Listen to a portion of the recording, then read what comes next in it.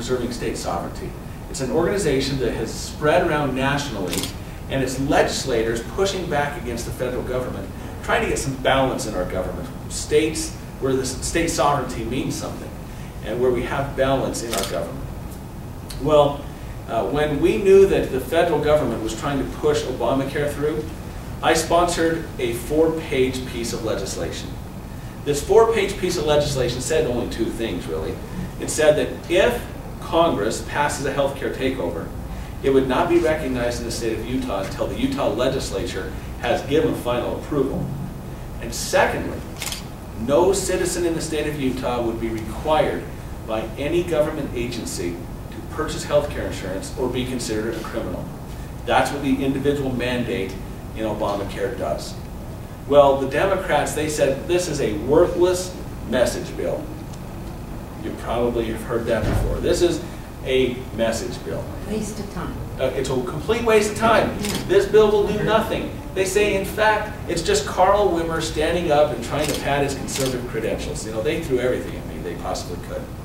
What did you call that again? The patch what? The Patrick Henry Caucus. Yeah, named after Patrick Henry. And you can go to patrickhenry.com to learn more about our organization. There's an advertisement.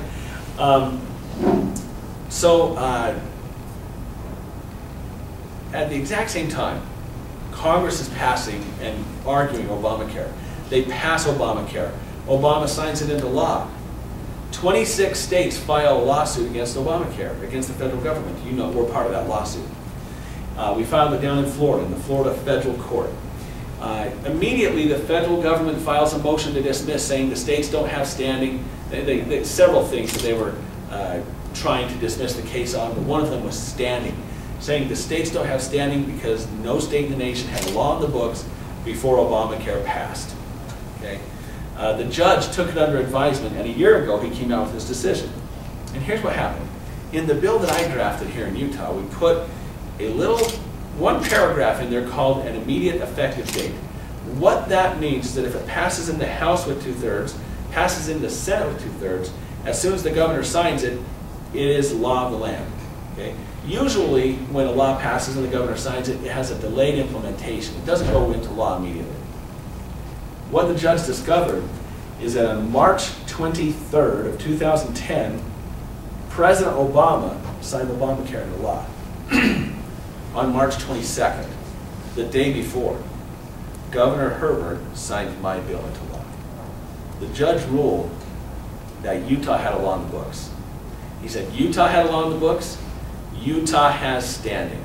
And because Utah has standing, all 26 states in the lawsuit have standing.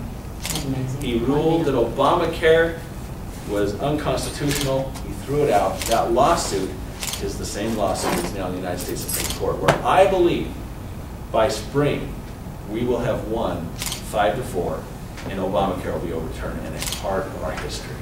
I do believe that. 2 states in that particular lawsuit had standing, Idaho and Utah. 2 little flyover states that, of course, no one really cares about when they're running for president, but two little flyover states came and carried the day for the rest of the nation. I got to tell you, that was a significant day. That was a good day. When I read the judge's decision, and in his official decision, he quoted from the bill that I passed here in Utah. That was significant. And I got to tell you, I never in a million years thought that I'd be involved in something so much bigger and greater than myself. To know that I played just a small part in helping get that case to the United States Supreme Court, it's meant a lot to me. And I think it's meant a lot to this nation. I'm running for the United States Congress because we stand on the precipice of being the first generation of Americans to hand to our children a less prosperous nation than the one we inherited. You know, we are at a crossroads in this country where we have to decide. You have to make a decision, I have to make a decision. Are we going to continue down the road of big government, top-down answers from the federal government where they have all the answers and control everything? Or are we going to relight and reignite the lamp of liberty that our founding fathers envisioned for this country and return to a constitutionally limited government. I've made my decision. I've made my decision. And that is why I'm running for Congress. We are in a lot of trouble right now as a nation, but it can be turned around. It can be, if we will do a few things. I want to lay out to you my top issues, my top priorities. And what I want you to take note of is that every one of my top 3 issues are tied to creating jobs and cutting and balancing the budget. All 3 of my top issues. Number 1, the first thing I will do when I go back to Congress is I will sponsor a balanced budget amendment. It is time that Congress balance their budget. I want to pass a balanced budget amendment that cuts the budget, caps the budget, and requires a 2/3 majority vote to increase taxes or break the budget. I think that, well, think about your families. You guys live in a balanced budget. If you don't, you go bankrupt. The state lives within a balanced budget. If they don't, you end up like California. The country must have a balanced budget amendment. Now, so that's number 1. And that in and of itself is the reason Senator Mike Lee has endorsed me in this race, because he knows my strong support. Hey, welcome. How are you? It's good seeing you. Are you a delegate? I am. Outstanding. Good to see you. You too. Yeah. That reason alone, amongst other things, are why Senator Mike Lee has endorsed me in this race. For the last 1.5 years, I've been working on passing a balanced budget amendment. I'm part of an organization called Pass the BBA Incorporated. It's a nonprofit organization dedicated to pushing for a balanced budget amendment in Congress. You don't have to guess where I'm at on this issue, because I've been working on this issue for more than 1 year now, trying to get Congress to pass one. And we're making great success. In fact, Pass the BBA Incorporated has enough states on board now that if Congress will just pass it, the states will ratify it. That's a guarantee. You don't have to do a con-con to do that. You don't. There's 2 ways to amend the Constitution under Article 5 of the Constitution.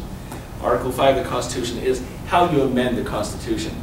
The first way is the states call a convention, constitutional convention. They petition Congress to call it. But the second way, and the only way that it's been done, is Congress proposes amendments and then they push them down to the states for ratification. Okay, so Congress has to pass it, a balanced budget amendment, 2/3 in the House, 2/3 in the Senate. They push it down to the states for ratification. The states are ready to ratify.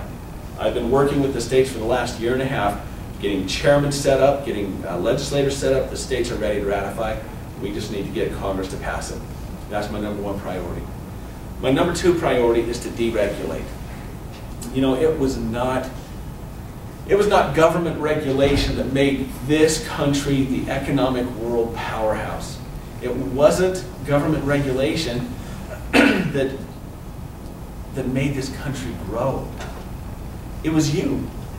It was all of you who came up with an idea, who thought, I have an idea that I can market, that I can go out and I can grow and I can build. And it was that little seed that you start, the individual citizens in this nation start, that grows the economy and creates jobs. We need to deregulate and take the handcuffs off of our entrepreneurs, our small business, our big business. That's what we need to do.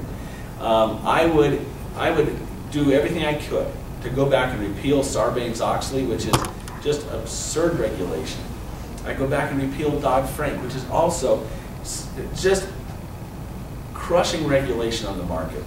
You know, every day in this country, small business people are faced with the decision of either leaving the country or going out of business because they're overtaxed and they're overregulated. We've got to stop that. I want to redo the tax code. We can go into my tax plan in a second if you'd like, and we need to deregulate. Finally, number 3, we need to give power to the states. We need to return power to the states. State sovereignty still means something, in my opinion. In fact, James Madison, the father of the Constitution, as we call him, the father of the Constitution, he said in Federalist Papers 45, the powers delegated to the federal government are to be few and defined. Now, who in here would think that the powers usurped by the federal government are few or defined? We need to return to a constitutionally limited government, one where the states are co-equals with the federal government. One where our state has the ability to unlock our lands and our natural resources, an ability to have a true energy policy. You see, there's only two ways to turn this economy around. Number one, you cut and cut and cut, which I support passing a balanced budget amendment that cuts the budget, absolutely. But you also need to increase revenues. Well, how do you increase revenues? Most politicians automatically default to tax increases. Well, I am one person in this race who has never voted for a tax increase when I was in the legislature. And I will not vote for a tax increase because we don't need tax increases. What we need is to grow the economy through the free market. If we were to take the handcuffs off of the energy development in this nation, can you imagine if we developed our oil, our natural gas, our clean coal, if we went after nuclear, if we went after solar power, all of them, go look at all of them, let the free market decide. Can you imagine the jobs that would be created? Can you imagine the boost to the economy if we just took the handcuffs off? Those are my priorities. And I want you to know something as I go into questions now. I'm going to take your questions. I want you to know something. These are not just talking points for me. Okay? These are not just things that I think sound good so that you'll support and vote for me. These are things that I'm going to go back to Washington, D.C. and dedicate myself every single day to work on. These are not empty promises or things that I'm hoping sound good. These are things I believe to my core that will help turn this nation around. And I will work on them tirelessly. So let me answer your questions now. Let's open it up. And yes, sir. I'm from Carbon County, and of course Carbon County is full of coal. Yes, sir. There's a lot of tar sands down there. There are. And so, you know, it's all locked up. Yep. What can we do to, what can you do to change that so that we can start, you know, that would produce so many jobs Absolutely. alone. It would be unbelievable. Absolutely. That's why it's part of my jobs plan is unlocking our natural resources and letting our energy development prosper. Not only, your question is what can I do? And that's a good question. But let me first preface it with what have I done? Okay? Because over the last 5 years, I have led on this issue. There's been a series of us, myself, Representative Herod, Representative Sumption, have led on getting the land back to the state. We have sponsored legislation that has started the eminent domain process over land that is unconstitutionally held by the federal government. I'll give you a brief history on this. It's important for you to understand. When we became a nation at statehood, the land that was controlled by the federal government, of course, before we became a state, we became a state, a sovereign state in the nation.